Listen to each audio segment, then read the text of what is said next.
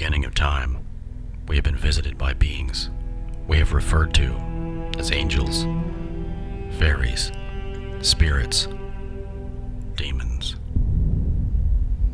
We have seen strange lights and crafts in our skies. Creature sightings, such as Bigfoot, the Mothman, the Jersey Devil, and others, continue to be reported year after year. What is it we're seeing out there? Is this phenomenon all connected? More importantly, is it a threat?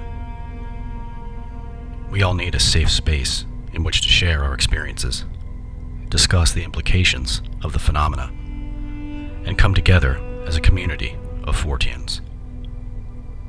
That place is the bunker. Come and join us.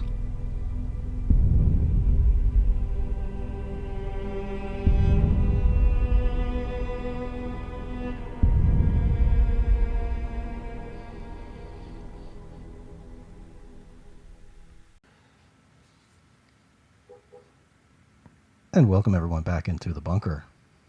My name is Michael. I am your host. And today we have a very special guest, a gentleman that I have been associated with for a few years now, and who I have bounced many ideas off of, compared notes with. He is the author of a book called The Spectrum. He has been a paranormal investigator for years. He is also connected to MUFON.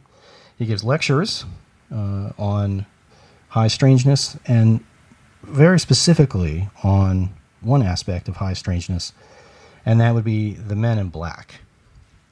Welcome, Justin. Thank you. So let's backpedal a little bit from the men in black themselves, and how exactly did you become entangled in this phenomenon? Like, what was your first sort of foray or your first connection to this phenomenon? Well, I mean, as anyone in this field can tell you, we don't choose to pursue the phenomenon. It seems to pursue us for whatever reason. And I can definitely attest to that.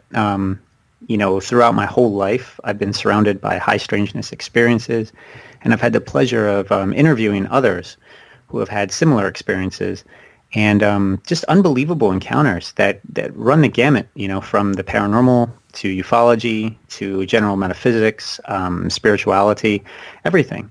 And after a few years of kind of collecting these stories and researching and investigating these cases, I decided to publish them in a book that I titled The Spectrum: Glimpses of the Paranormal and Encounters with the Strange.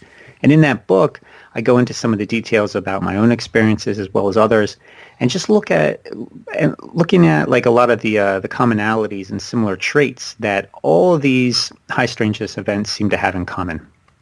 And I noticed that there are a lot of parallels and a lot of patterns, and especially with the subject we're going to talk about today, with the Men in Black reports. That is probably one of the most intriguing aspects that has always fascinated me from the very beginning. Yeah, for sure. And that's one of the aims of this show, is to look for if there is any connection between all of these different aspects of high strangeness.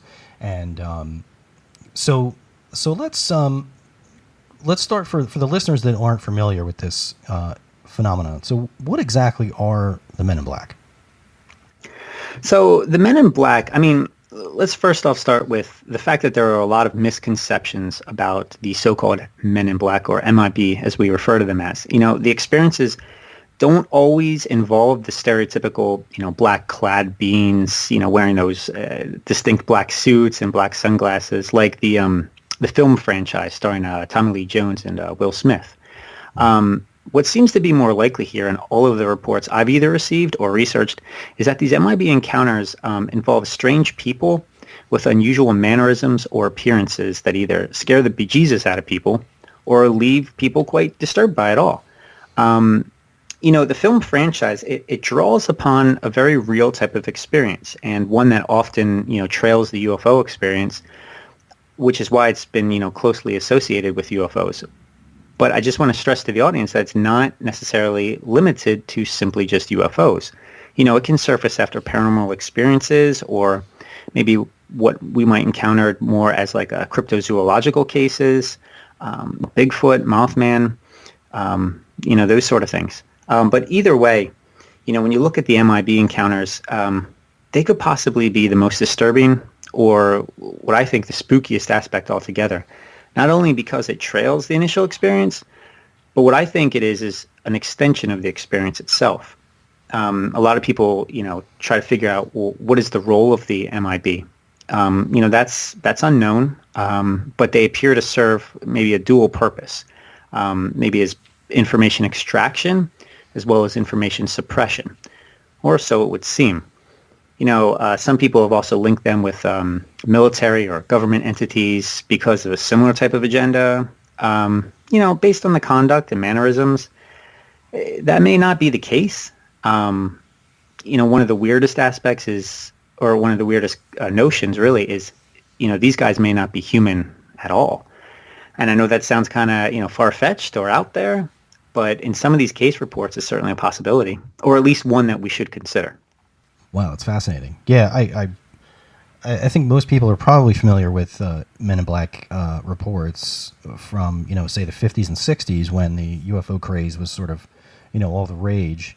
And these folks would show up either before or after, many times after, like a UFO flap, for instance, and they would come around with the basic intent of intimidating people, shutting them down, trying to get them to stop, not tell anyone about the experience, just forget it ever happened, which is, I'm pretty sure, an aim of some of the military folks that were going around at that same time as well, just to kind of quell the panic, in the footsteps of, say, the War of the Worlds, broadcast, and the panic that caused.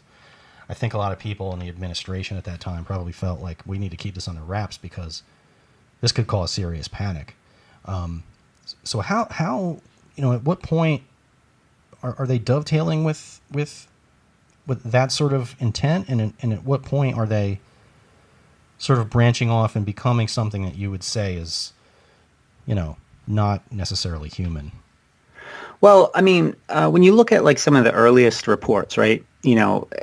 I would say like the more popular origin of the MIB can be traced back to the 1950s, or what we consider this, the height of the modern age of ufology. We have to also keep in mind that there was, the Red Scare, right? There was this huge like Cold War going on, and we know for a fact that the Soviets were also sending people to infiltrate UFO groups.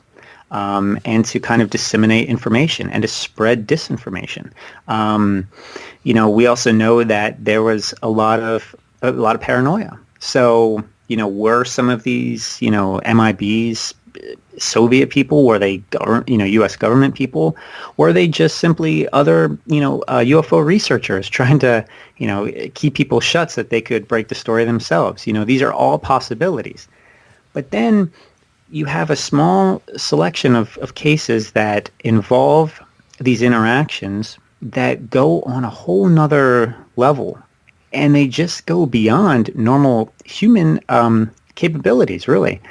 Things like, these entities were just showing up, unannounced and out of seemingly nowhere.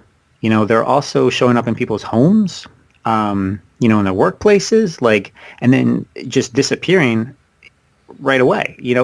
That's weird stuff. Back then, I'm not aware of any technology that we had to kind of like cloak people or make them invisible. Then you look at some of the descriptions of the MIB as well. They had, some of these guys and gals had very inhuman features about them. For example, eyes that don't blink.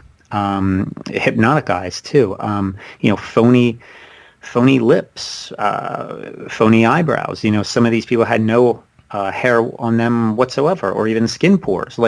That's bizarre stuff. That goes beyond, a typical human experience or encounter. So we kind of, it makes us kind of question that, right? When you go back, again to the early 1950s, you look at, probably the first classic well-known example of the Men in Black found in the curious account of Albert Bender. That guy was the president of the hugely successful International Flying Saucer Bureau. But, and he started that group in, I think it was April 1952, but his group mysteriously shut down a year later.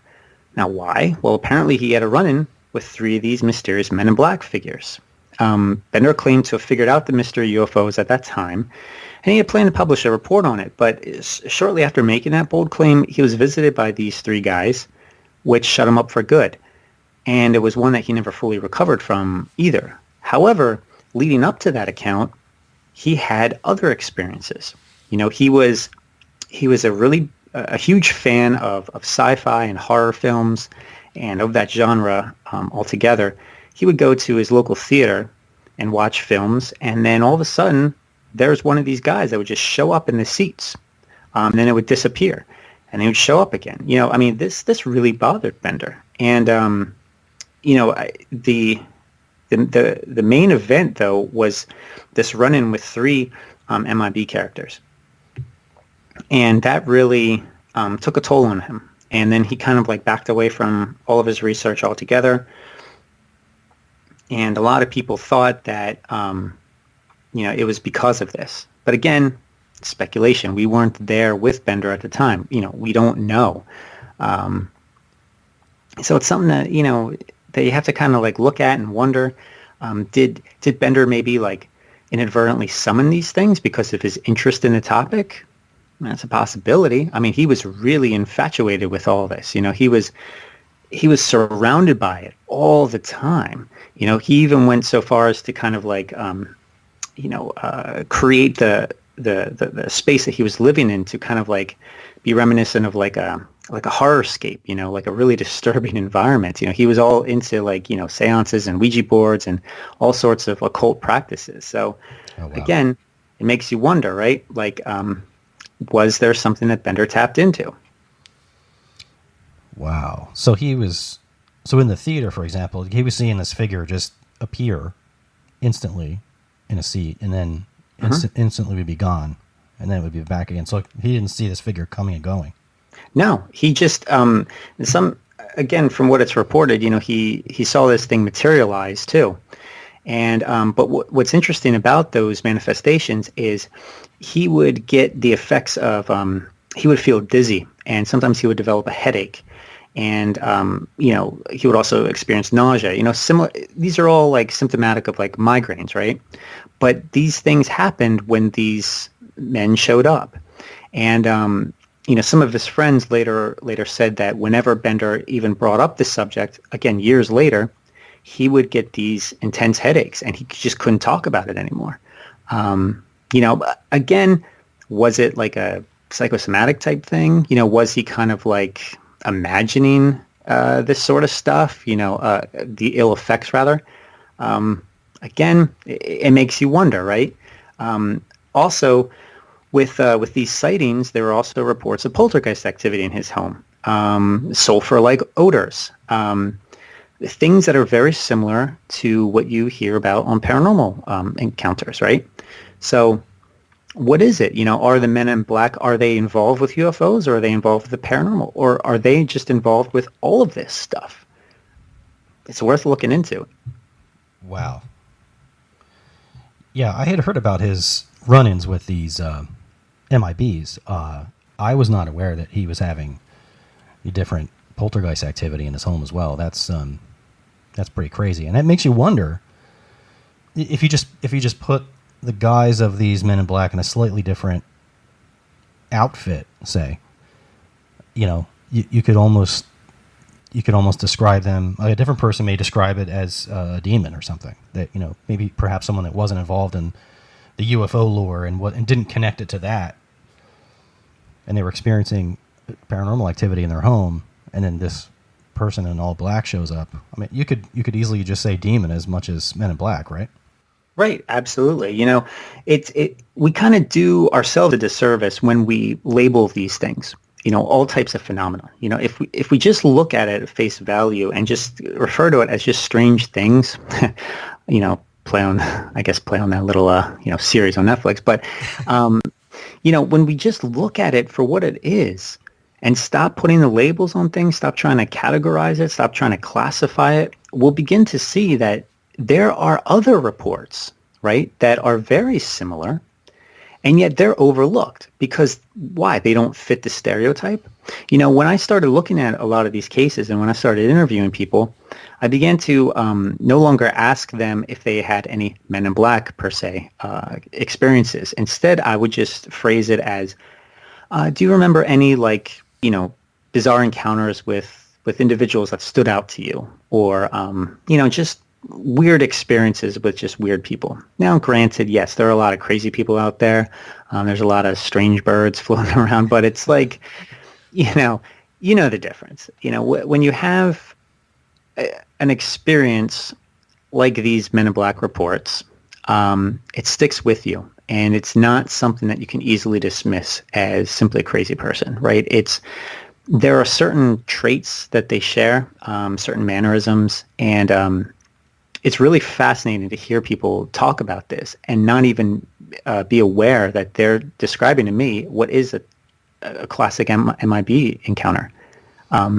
So, again, we have to look at this. That's why I started using the term, NHE, or like a non-human entity, or just strange individuals. I'm trying, again, it's hard not to classify something. You have to at some point put a label on it, but I just try to stick with as generic of a label as possible. Yeah, that's interesting. And that's smart to not, sort of lead a witness with questioning. And I seem to remember John Keel doing that as well when he started interviewing people about stuff. There was far more details about the case that he would not share on purpose because he wanted to wait and see if the people themselves made the connection for him. Without him telling them, did you happen to see a person all in black? Instead of saying that, like you said, saying, did you see anybody strange that stood out?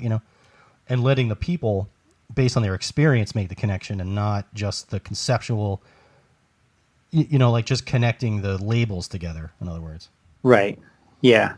And, John Keel is a perfect example, when he was really in the middle of all the Mothman cases, which some of your listeners may be familiar with, back in Point Pleasant, West Virginia, 1966 to 67, John Keel was investigating all these winged humanoids that were being sighted in and around that area, and the Ohio River Valley. And then there were UFO reports there. There were strange footprints being found. There were also these, Men in Black all over the town. But they weren't just men in black. They were all sorts of just curious characters that would just show up, act really odd, and then take off. It was almost like they were keeping tabs on the people involved with the situation there and how the phenomenon was interacting with them. I mean, who knows? It was really bizarre stuff.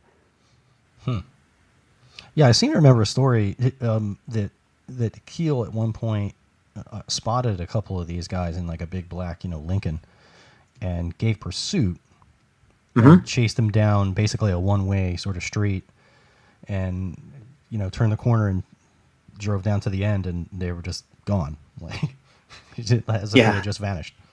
Yeah, he would pursue after these guys. Whenever he would hear a report, he would take off after them, but he would just be like minutes behind.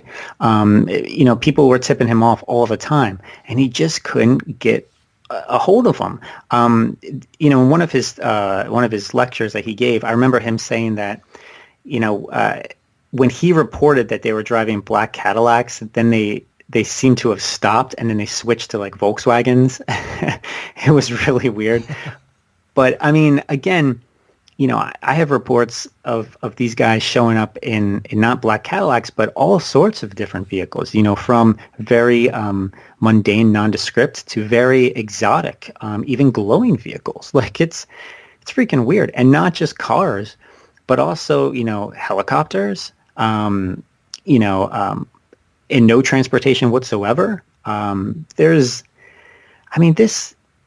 I think is a larger phenomenon than we're giving it credit for.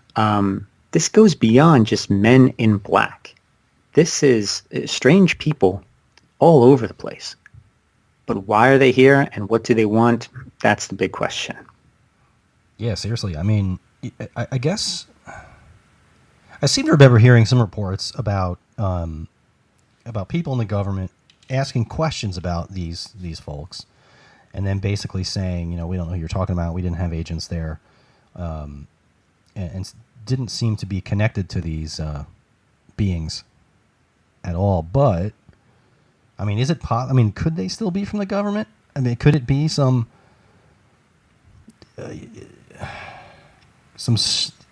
either high level technology going on, or knowing the CIA's involvement in remote viewing and right. Psychic research? Could it possibly be some sort of psychic manifestation of agents, maybe, that are trying to intimidate people just through oddity and through fear? Yeah, in 1958 through 1959, J. Edgar Hoover, the director of the FBI at that time, we know that he was looking into these cases. He even had materials that Albert Bender and Gray Barker, another researcher and close friend of Bender's, had published on the subject. But Hoover was interested in why these guys were impersonating FBI agents and what their deal was. Nick Redfern writes in his book, The Real Men in Black. He does a lot of good research into this.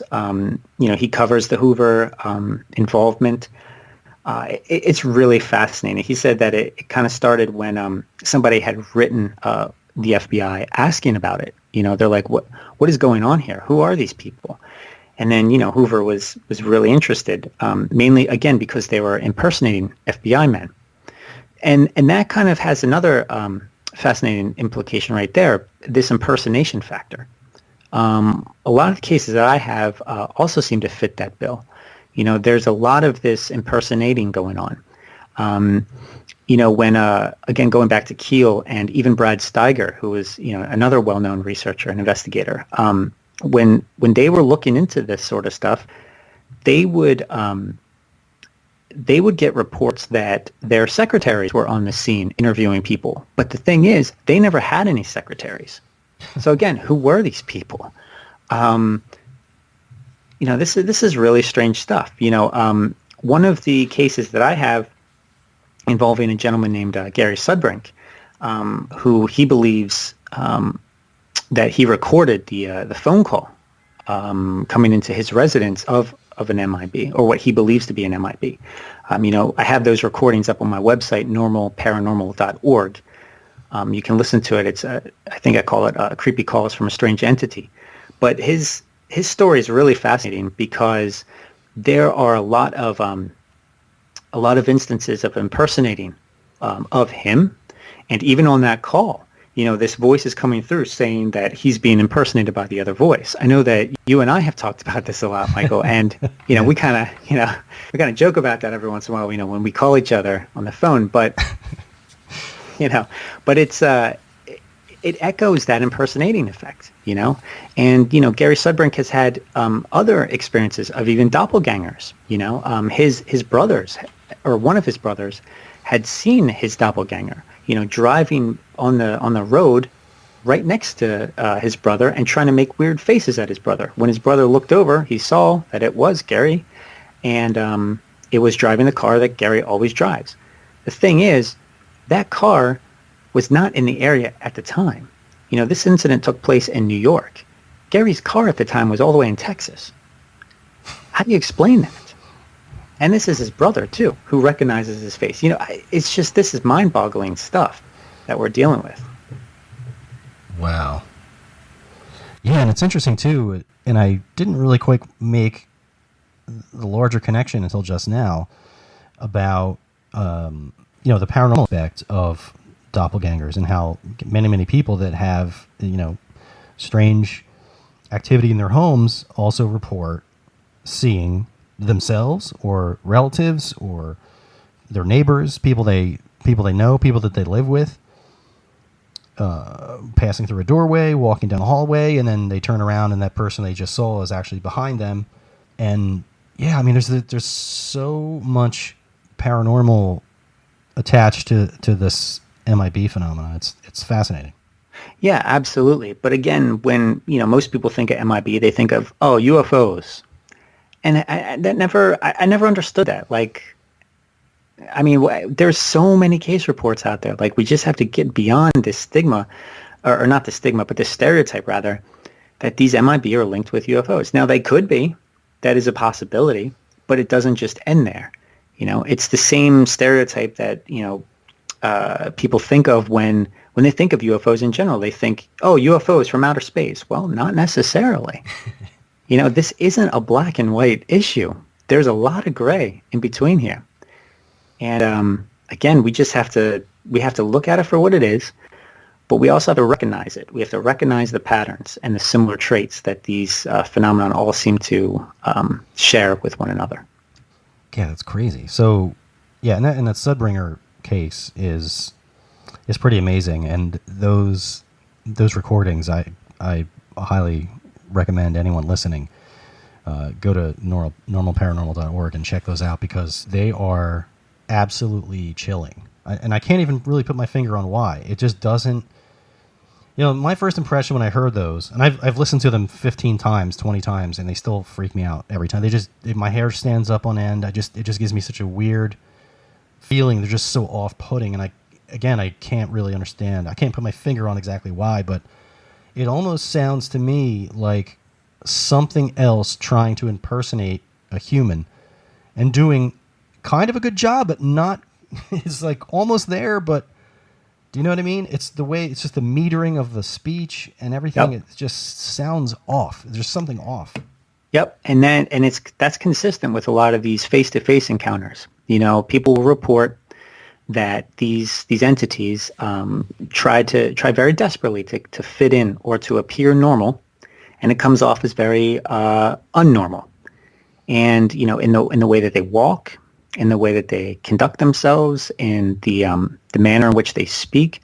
And the other interesting thing about those calls is, it's a series of 4 calls that happened over 2 nights, right? So the first 3 calls on the first night, and then the 4th call is on the second night. But the first call and the 4th call on the second night sounds similar in the sense that it is very audible, all right? It seems like to be like a lot of energy behind the call, and you can certainly hear it. But as the calls continue on that first night, they get a little quieter, and there's a few less instances of the voice in the second call as opposed to the first call. And then the third call, it's very hard to hear, and there's a lot less of it. So why I bring that up is when you look at some of these face-to-face encounters with these MIB, the same thing seems to be true.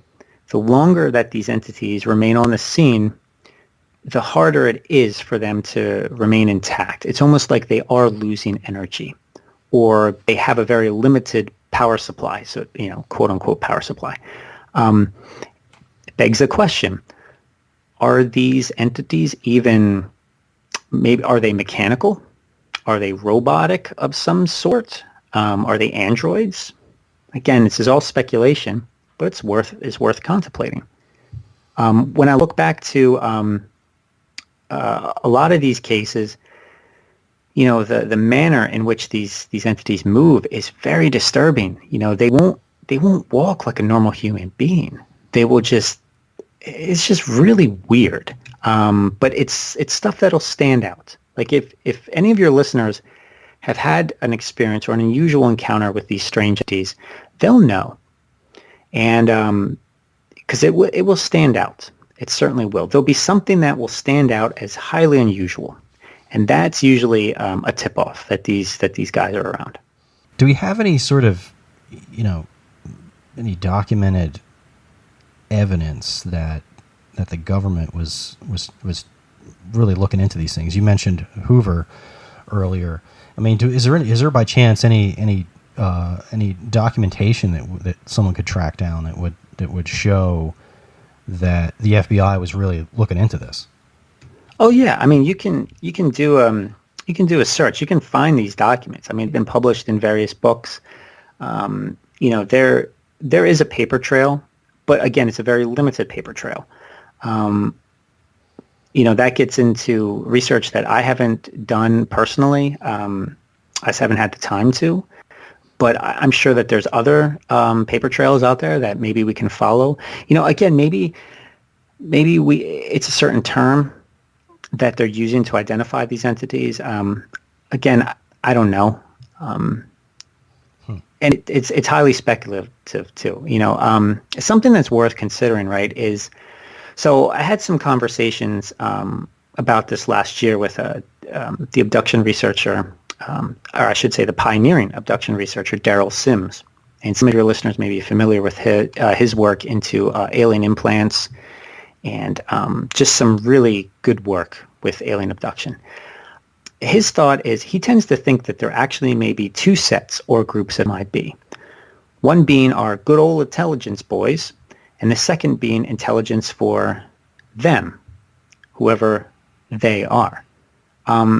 Personally, I tend to agree with him in the sense that there is certainly real life MIB. These could be agents from, AFOSI, that stands for Air Force Office of Special Investigations, or some other alphabet soup agency out there. Or maybe agents that are tasked with monitoring a situation, maybe to gather intelligence on how the phenomenon acts and how it interacts with people. But then there's this other section of, again, these non-human traits that are just very bizarre. Now this gets into kind of disturbing territory, which you and I have discussed very lightly about. This involves what's called MILABs. It's an acronym for military abductions. Now this is a scenario which you're not going to find a lot of information on. And if you do, you have to cut through a lot of the conspiracy crap to get to it. But this is a scenario in which military operatives are tasked with abducting human beings in order to convince them that they have had an encounter with extraterrestrial beings. However, it's all a staged ploy. Now, I have my suspicions that a lot of the abduction reports we hear about today might actually be some sort of aspect of this. Again, it's highly speculative. But we have to look at some of these reports. Some abductees will report seeing other human beings in the middle of the abduction experience that are not other abductees. These human beings tend to be in control of the situation and even perhaps of the entities, the ETs, whatever. Now, are they part of the entities themselves and just a projected image in order to provide a visual icon of stability to the abductees? Or are they part of the MILABs type scenario? Some of these individuals that are seen as part of the abductee experience are in fact military as well. So who's to say that the same thing isn't happening as like an extension of that into the MIB encounters, right? What if the MIB don't exist at all? What if they're just like a projected manifestation as part of some sort of experiment? Again, a lot of this is very speculative. But, and I don't have quite enough evidence, gathered at this point to present a strong case at it, but it's certainly something I'm thinking about. You have a lot of these MIB that are showing up with alien abductees as well. There's a case that I wrote about with a woman, and she had opened up a local MUFON group out in California.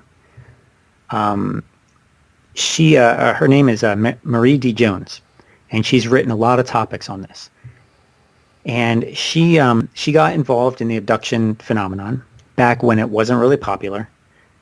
And she and the woman that she had co-founded the group with started having these strange encounters with these MIB types. Now, again, why? Some of what Ms. Jones discussed with me were very similar to kind of like a monitoring type of technique. Like it was, she would get strange phone calls in the middle of the night, and it would always be when she was alone. And the caller would be fascinated with not necessarily her, but who she was associated with in regards to the abduction group. And it wanted to make her very aware that it was aware of what was going on. But here's where it gets kind of creepy, right? This caller, in one of the instances, described to Marie what book she was reading at the moment, almost like it was watching her. And then it started talking about things that she had done in her 20s that no one else knew about except for her. Wow. That goes beyond normal human capabilities, as far as I'm concerned, right? So what is that? Is that government tracking, or is that something beyond it? Or is it something posing as it? Again, there's all the questions, right? And as you know, digging into this topic and related topics, there's never any answers. There's just more questions. So I bring up all of these possibilities and all of these angles to it because I think it's worth at least exploring these avenues for what it's worth, and just to see where they lead. Absolutely. Yeah, and it was reminding me of you were just telling the details of that woman's story. It reminded me of some of the things that, again, John Keel experienced. Crazy phone calls at all hours of the night, sometimes with no one else on the other end. He found out his lines were tapped. Then he started seeing these MIB characters. Yeah, it's really fascinating, and I think it's an important approach to it, to not label it like you said, because you may actually be cutting yourself off from really following the actual trail of what these things are, what their intentions are, by limiting yourself, by boxing yourself into, it fits into this category, or they must be interested in UFOs, and that might not actually be the case. But what we're going to do now is take a quick break. When we come back, we're going to continue talking about the MIB and their possible paranormal characteristics, some recent MIB sightings, and we're going to talk about a strange encounter I had with someone that fits into that odd character when I was investigating a local UFO case. So we'll be right back. And welcome back. We're here with Justin Bamforth, and we're talking about MIB, or Men in Black, which could also be Women in Black too, as I understand. Is that correct? Yeah, absolutely. Also, what other forms do these things show up in? I think, there are certainly a mountain of quote unquote Men in Black cases, because there were a lot of cases that could fit into that sort of category. But as we're trying to sort of break that paradigm and expand the definition of it, what are the different ways that some of these things actually show up to people? Yeah, so they could show up again. These are strange individuals with strange mannerisms or strange characteristics. But they're not necessarily showing up as our stereotypical MIB. If we allow ourselves to kind of venture past these preconceived notions, we'll soon discover that these guys and gals are masquerading as other things too. Such things as creepy photographers, just drivers of bizarre vehicles, pilots of phantom helicopters, and yes, even mysterious men, as you encountered recently. Yeah, let's go there. So for the first episode of this podcast, I wanted to highlight a UFO case, because I have been more so involved in the past, before this program, involved in just strictly paranormal activity, hauntings, and poltergeist, and that sort of thing. But when I started this podcast, I wanted to expand on that and go in a different direction and sort of tackle, some cryptid cases, UFO cases. And while I was sort of doing research for this show, I came across the stories of the Stonehenge incidents that took place in North Bergen, New Jersey, back in 1975. And I tracked down the woman that wrote the article in the local newspaper, and she sent me some information, and I just started digging into it, and I thought, once I found the original MUFON report, and what I wanted to do was go to that area where this took place with the actual case report in my hand, with the diagrams, the maps, and everything.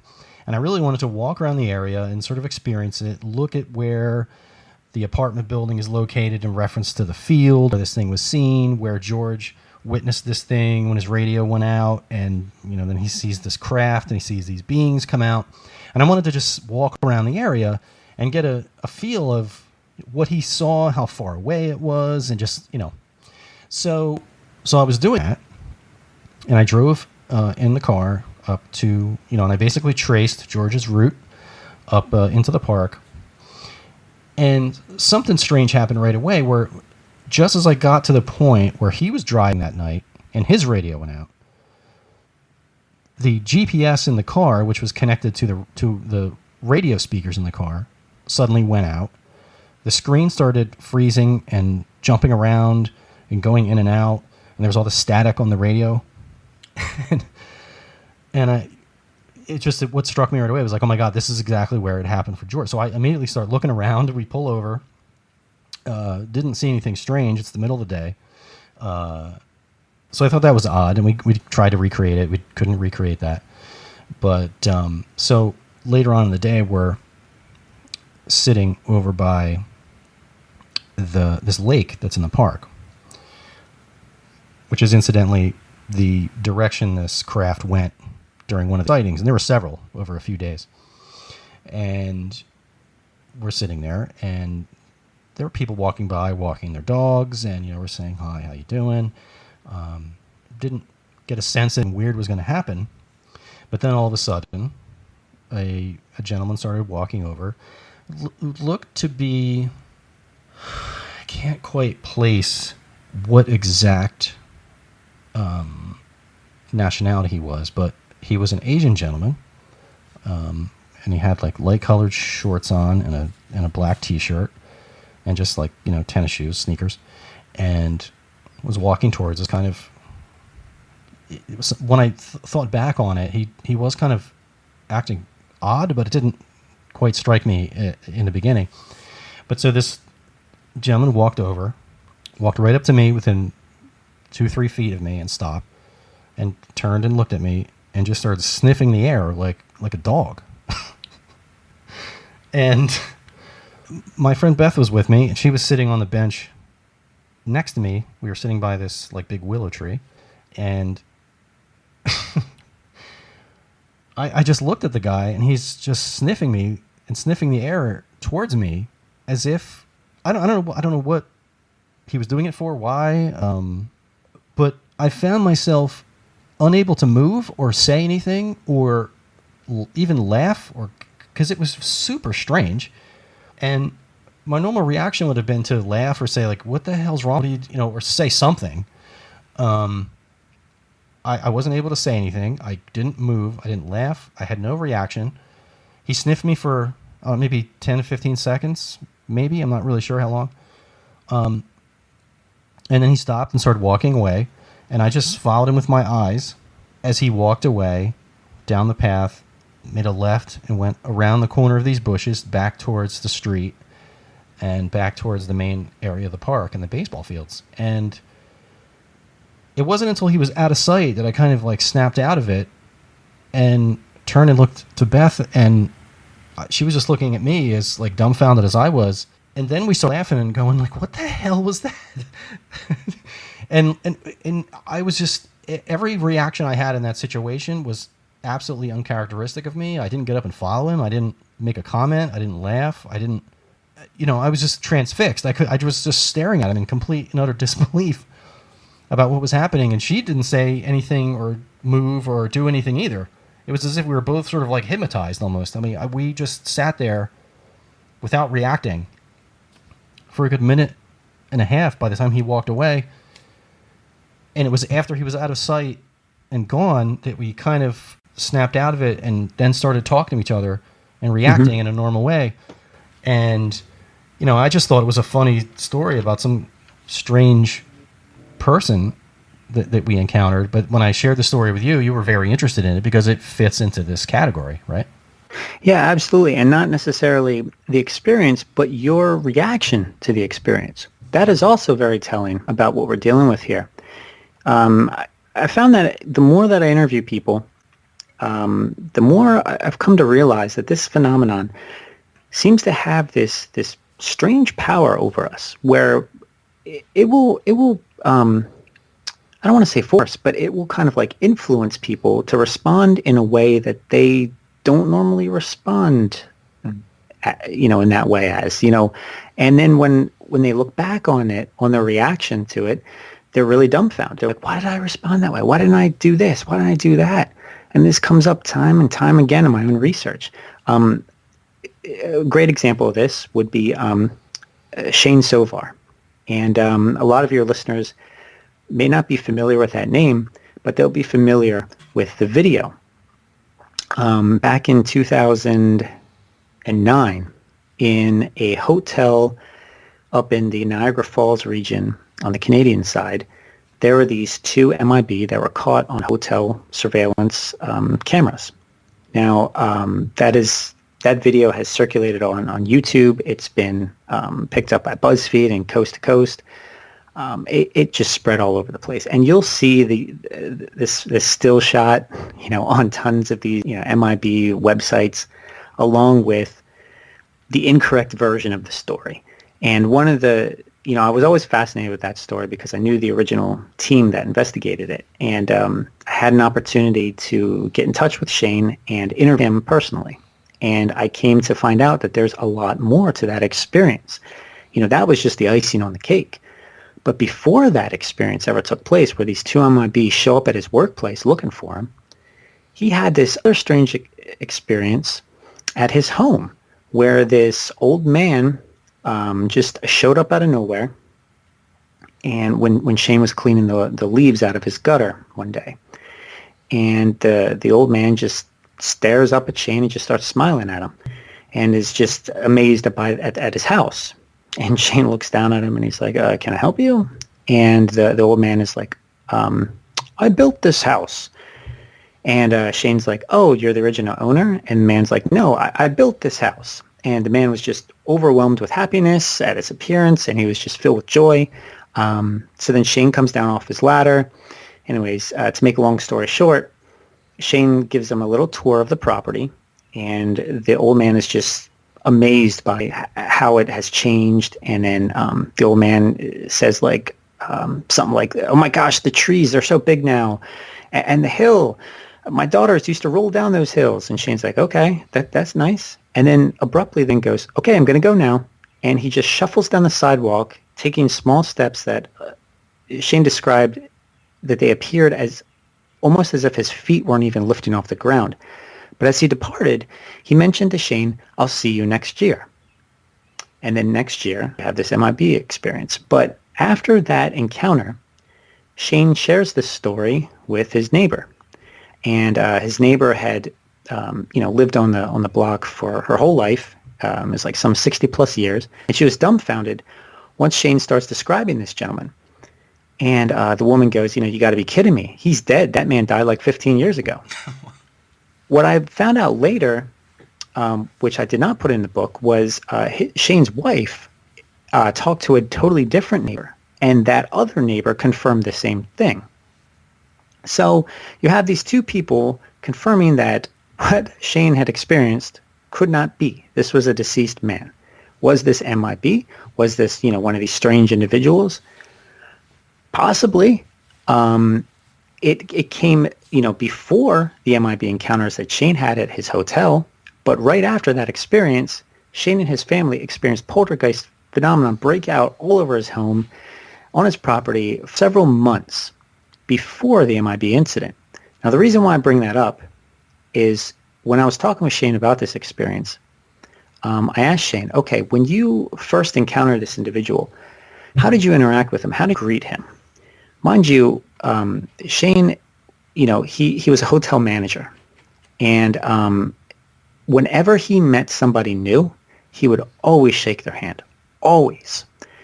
What's really fascinating about this is he never made contact with him, nor even extended a handshake to greet him, or even said goodbye. Given his... Whoops. Are you still there? Yeah. Oh, shoot. This happens sometimes. Technical issues. All of a sudden my head went completely silent. That's funny. And we're back. So, anyways, where was I? Oh, yeah. So given Shane's profession of meeting new people on a daily basis, he admitted to me that this would have been an unusual reaction not to greet this man. And, but he had never thought about it at the time. And when I've interviewed other people about their experiences, the same thing happens. I'm like, how did you react? Was this a typical reaction? And I'm like, no, that was weird. Why didn't I get my other friend who was right there with me to take note of this strange object in the sky? Why did I respond this way? Why did I all of a sudden feel compelled to go outside and look at a UFO? Or why did I just talk so nonchalantly with my deceased relative? Really bizarre stuff. And when you look back on it, it's just non-characteristic. So again, is there some sort of power that the phenomenon has over us? Maybe. Maybe not.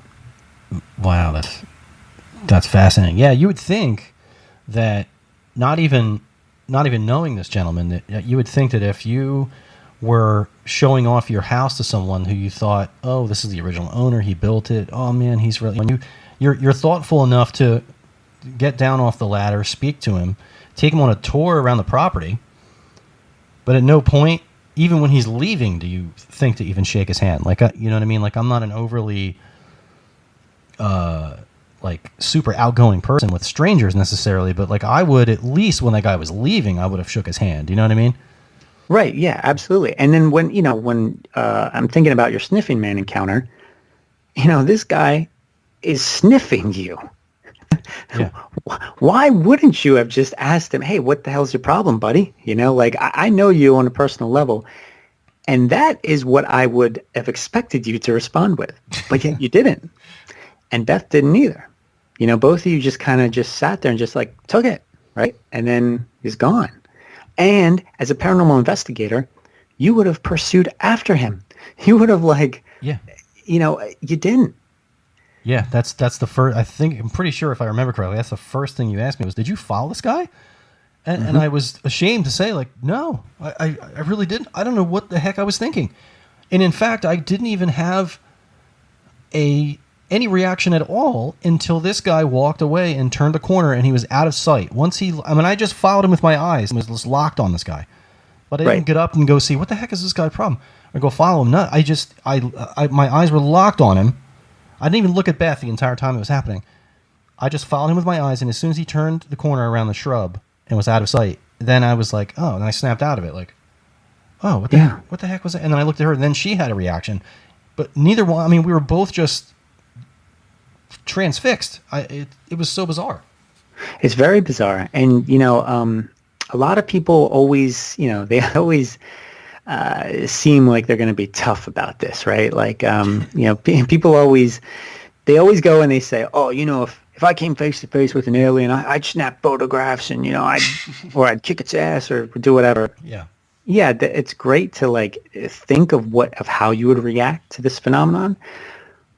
But 9 times out of 10, when you're placed in this strange situation, people don't respond the way that they would have expected. And they kick themselves afterwards. I'm guilty of it too.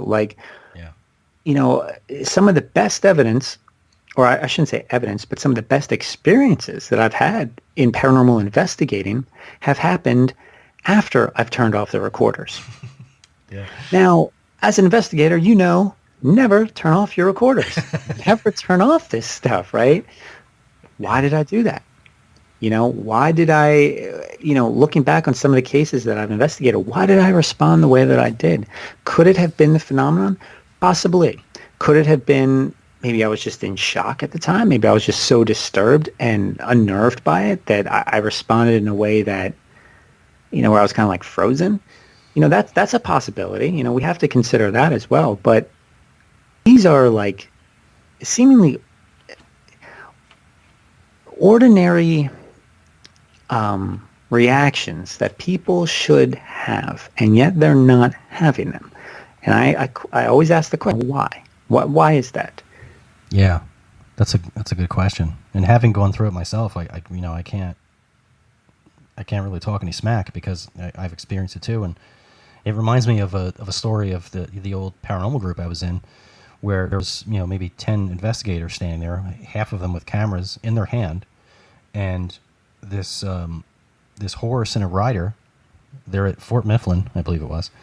In this horse and a rider, not a physical form, but was an illuminated figure of a horse and a rider riding right up the road, right in front of them, rode right past all of them, and not one of them went, "Oh my God, there's a spirit," and they took a picture. They all just stood there and watched it go by and out of sight and didn't have any reaction, and they all went, "What the heck just happened?"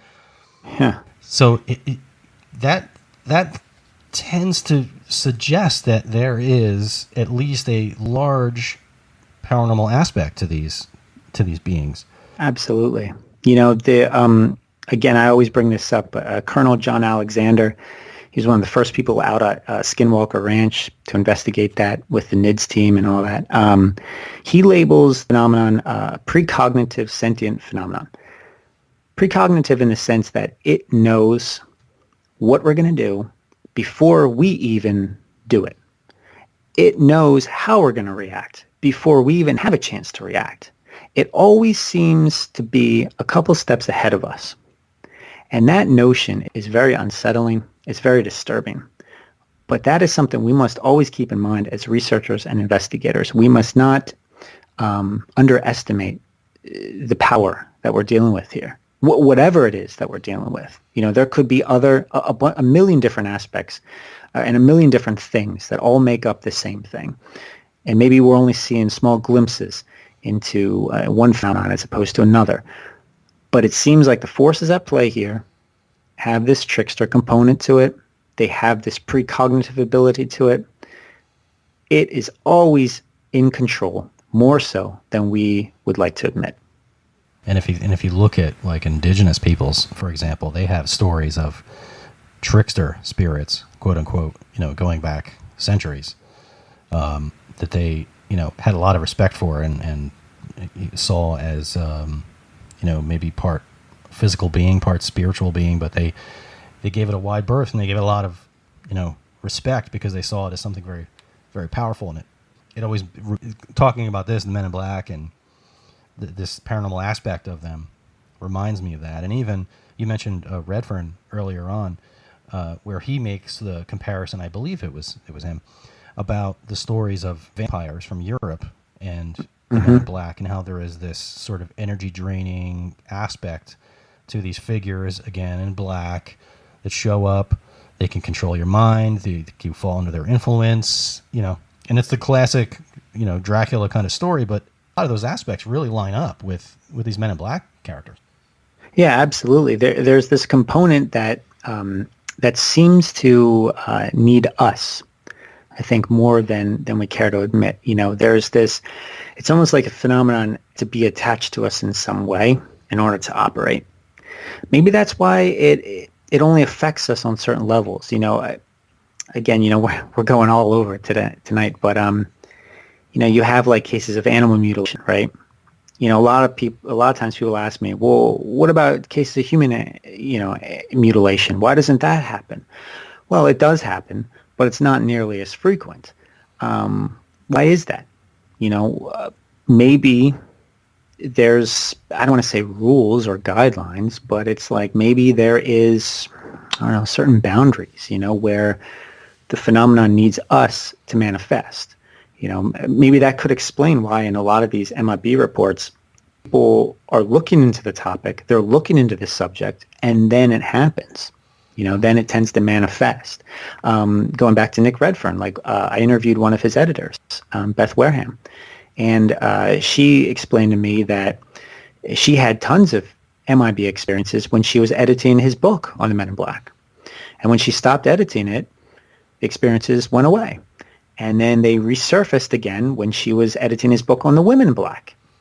So, was it that state of mind? Was it because she was so fixated on the topic and the subject that it suddenly came to be, similar to like what Albert Bender experienced? But then again, it doesn't explain some of the other cases where these MIB are showing up in front of people that have no knowledge of this topic, nor do they care about it.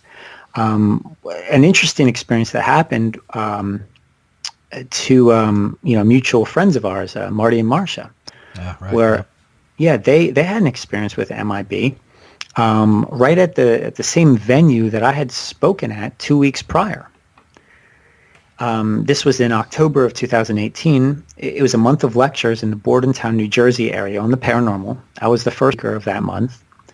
And then it was Bruce Tango, father of Dave Tango from the Ghost Hunters. And then the third week was Michael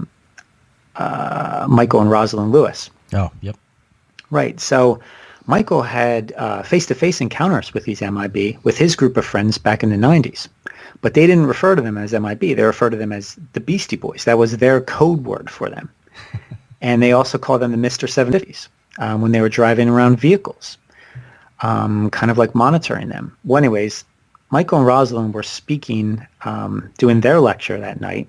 And Marty and Marcia step outside of the venue, a smoke break, whatever. They're on the street corner. And they saw this this individual that apparently fit the classic stereotype of an MIB character with the pale complexion, all black attire, hat, sunglasses, at night, mind you, but he was wearing jeans. Now, apparently each time Marty and Marcia looked up, this character was in a different location to find the normal time it would have taken to go from one point to the other point. And once he was in front of them, the two women, they witnessed him peek into the venue and peek out as if he was looking for someone. Now, what's peculiar about the incident is that at that specific moment, again, Michael and Rosalind were lecturing. So was he there for them? Was he there for me? I don't know. I asked Michael about this, and he brought up another interesting perspective, that maybe these guys are just meant, to be like a form of reconnaissance or data acquisition. Like they kind of have to like be in the vicinity of where someone is or was in order to gain access, or maybe even retrieve someone's, thoughts, feelings, presence. I don't know, perhaps something, more than that. But what's really interesting about this was the fact that no one else reacted to this man. No one had to step out of him. And it was almost like Marty and Marcia were aware of him, but he wasn't aware of them or anyone else for that matter. And prior to this, to my lecture on the subject, Marty and Marcia had no clue about the MIB. So was this a case of when people become aware of it, then suddenly it becomes visible to them? Again, more questions than answers here. Wow. Yeah, and then it's just when you think you have it figured out, oh, it's because you were thinking about it and it was in your head, and so there. But then, then the phenomenon throws a curveball and shows up to someone that doesn't even know what the phenomenon even is. Oh yeah, the curveballs are all over the place. That happens all the time. You can certainly speak to that. Yeah, absolutely. In fact, let me bring up the fact, what you shared with me a while back when you were reading my book and you got to the chapter on this subject. Then you had a strange thing happen right outside your apartment window, right? Yeah, I did. Actually, thanks for bringing that up.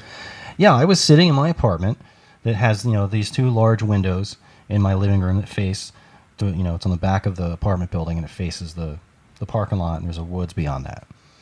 And I had my shades open, let the light in, and I was sitting on my couch, and I just started reading your book.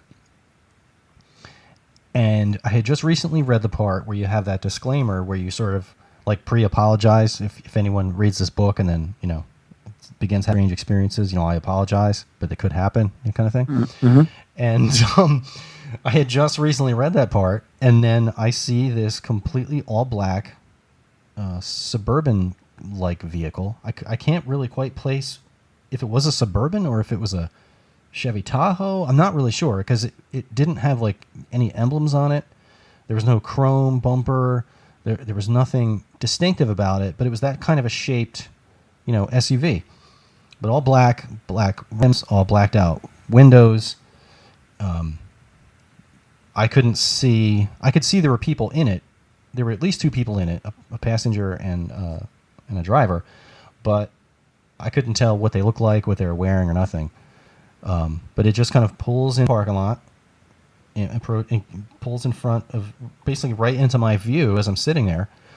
And I'm reading the book, and I see the vehicle out of my peripheral, and I just kind of look up, and it doesn't strike me yet that that's odd. I go back to reading, and the vehicle just continues to sit there for another 15 or 20 seconds as I read another paragraph, and then I look back up, and I look back at the book, and I'm like, come on, you got to be kidding me. So I take the bookmark, I put it back in the book, I set it down, and I get up and go over to the window to look and see what they're doing, because they're not parking, and there was parking spaces everywhere. It's just sitting in the parking lot, just idling and not doing anything. I thought, well, maybe they're waiting for somebody. What are they doing? It's weird. But it's not a vehicle I've seen in this parking lot before. And so I get up and I walk over to the window, and just as soon as I get to the window, I see it take off. And that struck me as kind of odd, because it seemed like as soon as I got to the window, it reacted and then they moved. And I thought, oh, that's weird. But I thought, you know what? This is strange. Something's weird. So I put my shoes on and I went downstairs. And now where my apartment building is where it's located on my street, it's a dead end on one end, and on the other end is a sort of a steep hill up to the street, which leads to the main road. And I went down. I'm on the third floor, so I went down 3 flights of stairs, moving pretty quickly. Got out into the parking lot. And I looked to the left and right out of the one side. I didn't see any car, and I ran out to the front of the building, and I looked to the right down to the dead end cul-de-sac, and I didn't see anything there either. I didn't hear an engine. I mean, it was pretty late in the evening. There was no traffic. You could have heard a pin drop. It was utterly quiet. And I stood out there waiting, because if they went down the cul-de-sac end, they would have had to turn around to come back out. And so I waited and waited, and I didn't see anything. So I thought, well, that was kind of weird. But then the next couple days, actually, I drove around the neighborhood looking for that vehicle, thinking, oh, maybe they just moved in, maybe they live down the street. It's something maybe I'd noticed that vehicle before. I never saw that vehicle parked up and down the street. I've never seen it. I've been here for, over 3 years now. I've since not seen that vehicle at all, ever. Kind of odd. Yeah, it's these strange synchronicities, right? That always leave us wondering, is that the phenomenon, or is it not? Is it just a coincidence? That happens all the time. I know. A lot of times, people ask me, well, have you had, an MIB experience yourself? And I can say, look, I have not had an experience that I can conclusively say was MIB without a doubt. However, that being said, I've had some rather peculiar experiences with strange or bizarre individuals that have certain elements of MIB, or again, these NHE, non-human entities. Yeah. And sometimes they're not even individuals. They could be weird occurrences. Like, I was working on my lecture on the Men in Black one time, or going back to October 2018, I heard this weird mechanical beeping in my home, and which you too have had or have heard aspects of it as well in your own home. Yeah, I have. So, again, was it something natural? Possibly. Basically, the experience, in a nutshell, was I was in my kitchen, and I heard this strange mechanical beep, very loud, from my living room. So I thought, okay, was that something in my basement? Was that a dehumidifier, or was it the AC? And then I thought, wait a minute, I don't have the AC on, and the dehumidifier does not make a beep like that. But I still went to check just to be on the safe side. And I thought, okay, it's probably just outside. I'm just going to work in the living room. And then I heard the same beep, even louder, coming from the dining room where I just was, So I'm like, okay, what the heck? So I go outside. It's dead quiet. There's nothing out there. But what was interesting about the sound is it is it emanated right there where I was. Now, again, people can chalk it up to, oh, well, sound tends to echo, it tends to bounce off things. It could have been anything. And yeah, that's a possibility, right? Yeah. But what was bizarre is I didn't want to log it. So what happens a lot of times when I have these strange experiences is I'll write them down immediately so that I don't forget any of the details. When I know that I'm dealing with something odd, there is something inside of me that it's really a struggle to log it, to be honest with you. I can't explain it beyond that, but like I don't want to log it. And again, that goes against my normal characteristics of logging everything, writing everything down, recording everything. Yeah. When I have some of these experiences, I'm like, I'll write it down later. It's not that important. No, it's freaking important. And it becomes a real struggle. I have to really force myself to get to my computer, write it down, or write it on a piece of paper. Yeah. And this took place when I had these strange mechanical beeps. Other strange synchronicities, working on the book, a lot of strange things happened there. Even with one of the gentlemen that I had interviewed for the book, that was a bizarre case there. There's a man named Dan Doty, and he had a lot of strange experiences involving Bigfoot and UFOs. These strange photographers, these phantom helicopters. In fact, you should have him on your show. He might be an interesting guy to interview. Awesome. But when I was talking with Dan, when I was interviewing him, the next day I decided, okay, I'm going to start his chapter, right? So I opened up the Word document. I'm getting ready to write. And then I get this weird phone call. Now, typically I don't answer from numbers that I don't recognize, especially with all the spam going on out there and whatnot. Yeah. And it's horrendous now. Forget the do not call registry. They still call, right? So anyways, I'm sitting there. I just opened the file to begin working on this chapter, and I get this phone call from a number I didn't recognize. Okay. At first glance, I thought it was peculiar, given that it was similar to my own number in the first 6 digits. But the last 4 digits were completely different.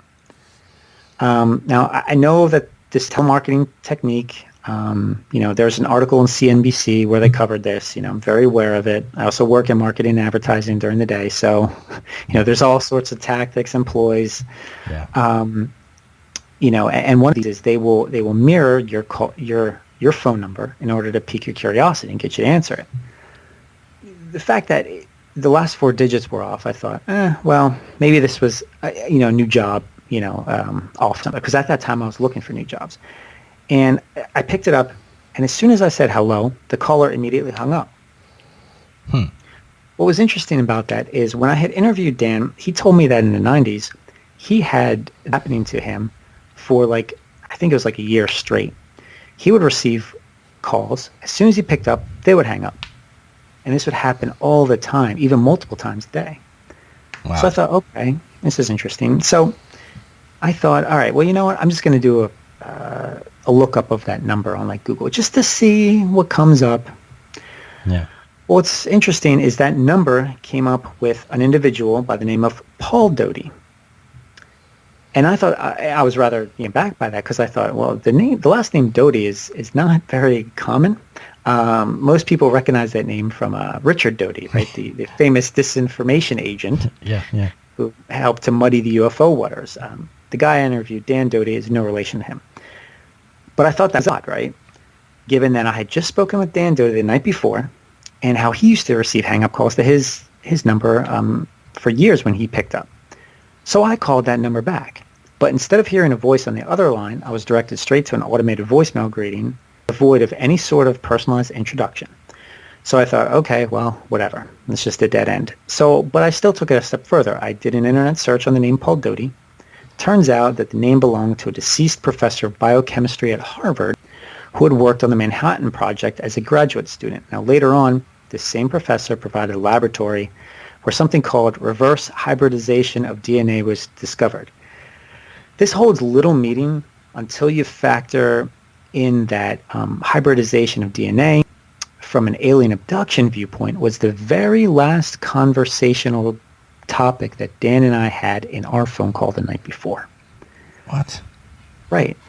Not to mention that the year 1947, when the Manhattan Project ended, is regarded as the informal birth year of modern ufology, right, with the Roswell stuff. Yeah.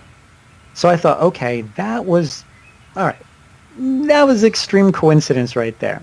So I called Dan up, and I know this, and he went, that's really strange. What time did that happen? So I told him, and he said, at that exact same time, I was answering the door to a group of people that had showed up at his door, and they were he was talking with them about what was it? The two people were Mormon missionaries. And in his conversation with these two Mormon missionaries, again, at the same time that I had the call, they start talking about an old, distant memory from Dan's childhood about a restaurant called Dog and Suds. Now, this is an obscure Midwestern drive-in restaurant, right? Immediately upon ending his discussion with the Mormon missionaries, he closed the door and received a notification on his phone. It's from Amazon, a recommendation email for a line of root beer by the very same Dog and Suds brand that Dan had just referenced in his conversation with those two guys. What's also telling about this is Mormon missionaries, that was one of the disguises that the MIB have taken on over the years from time to time. So Wow. I just found that to be a little bit odd. Again, it could have just been all coincidence or not. It leaves you wondering, right? Yeah, but then again, if you really want to break the word down, coincidence really pretty much means like two related incidents, right? Yeah. That's not how we use it, but Again, there's a lot of weirdness to this, and I just want to caution the listeners out there. Every strange thing that happens to you doesn't necessarily mean it's paranormal. I'm throwing all these things out there in the hopes that other people will do their own research into this phenomenon.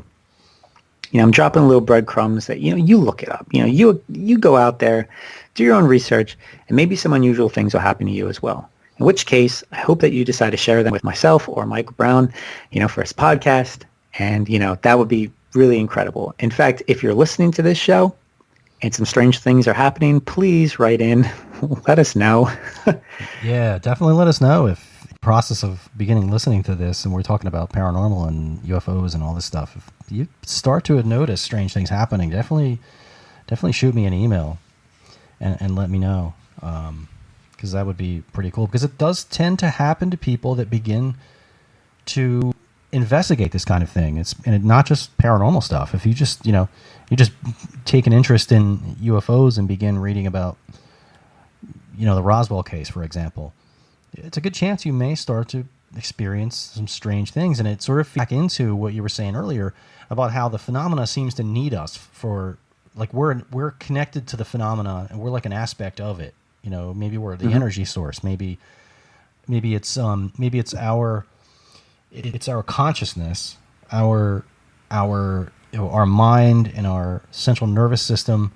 Maybe is one piece of the puzzle that once you start showing attention to it, it makes things manifest. Maybe. Yeah, possibly. But again, just because you have a strange experience doesn't mean it is paranormal. But it could be.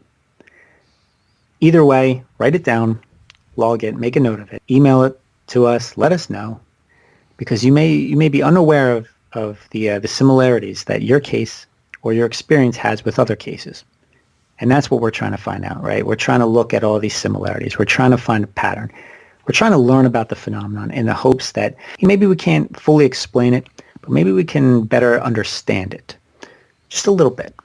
But again, only if it wants us to. Absolutely. And again, Justin, I want to thank you for coming on. And I'd like you to give you opportunity to plug your book, your website, anything you have coming up, anything you're working on for the future. I will also put links on the episode page to your website and your book. But is there anything you'd like to plug at this point? Yeah, I mean, if your listeners just go to normalparanormal.org, there's a contact form on there. I'd love to hear from you. That's the best way to reach me. Again, if you've had a strange encounter with these bizarre individuals, and it doesn't just have to be MIB encounters, it could be anything really. The stranger, the better. Things that you can't easily put into a categorical box, I want to hear about that. The really bizarre stuff. I'm always working on something. I'm working on another book, of course. There's links to my book on my website. You can visit it there. It's called The Spectrum. I'll be speaking. A lot of my events got canceled earlier this year, obviously due to the situation. But later this year, if all goes well, I'll be speaking at the upcoming Mysteries of Space and Sky conference that I spoke at last year. I'll be with the Rendlesham people. Okay. Yeah. Yeah. Chuck Holt, he'll be out there. Oh, that's right. Yep, he'll be talking about his case, so that'll be interesting. There's that's in Maryland, so if you're in the area, stop on by. More information will be posted about that later. But I'm always speaking at something or lecturing about something or just droning on about some sort of topic that people find fascinating. So thanks for having me on the show. Nice. Yeah, again, thanks for coming on, Justin. It's fascinating. I always like to delve into this topic, and not necessarily the most accepted or the most popular aspects of it, but those ones that, like you said, don't quite fit into the box. Good stuff. All right, everybody. Thank you for joining us in the bunker. I'll just say, stay weird.